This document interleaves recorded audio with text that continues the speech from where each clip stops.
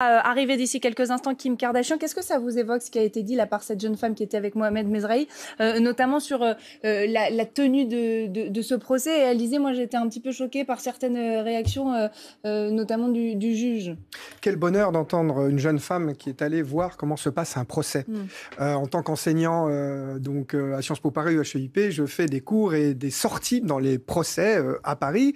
Et les membres de Crimalt, ils sont allés la semaine dernière voir un jour d'audience. Et on voit bien que il y a les médias, il y a ce qu'on retient, les paillettes ou les choses plus graves, les assassinats, etc. Et quand on va dans un procès, on découvre un peu plus de complexité. On découvre des personnes qui témoignent. Donc la dernière fois, les membres de Crimalt ont découvert quelqu'un qui avait Parkinson.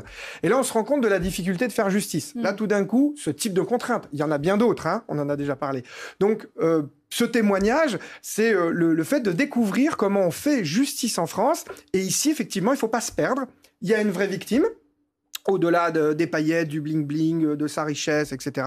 Ils seront jugés pour ça. Certains ont déjà avoué.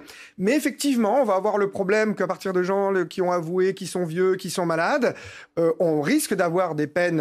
Voilà. C'est des gens qui vont pas pouvoir de toute façon payer même une amende ou etc. Donc on risque d'avoir un petit peu un goût amer à la sortie au moment où c'est jugé. Mais enfin, il y aura eu un procès, très certainement des condamnations. Et ça, c'est déjà très bien. Audrey. Quand j'entendais cette jeune fille, ça m'interpellait.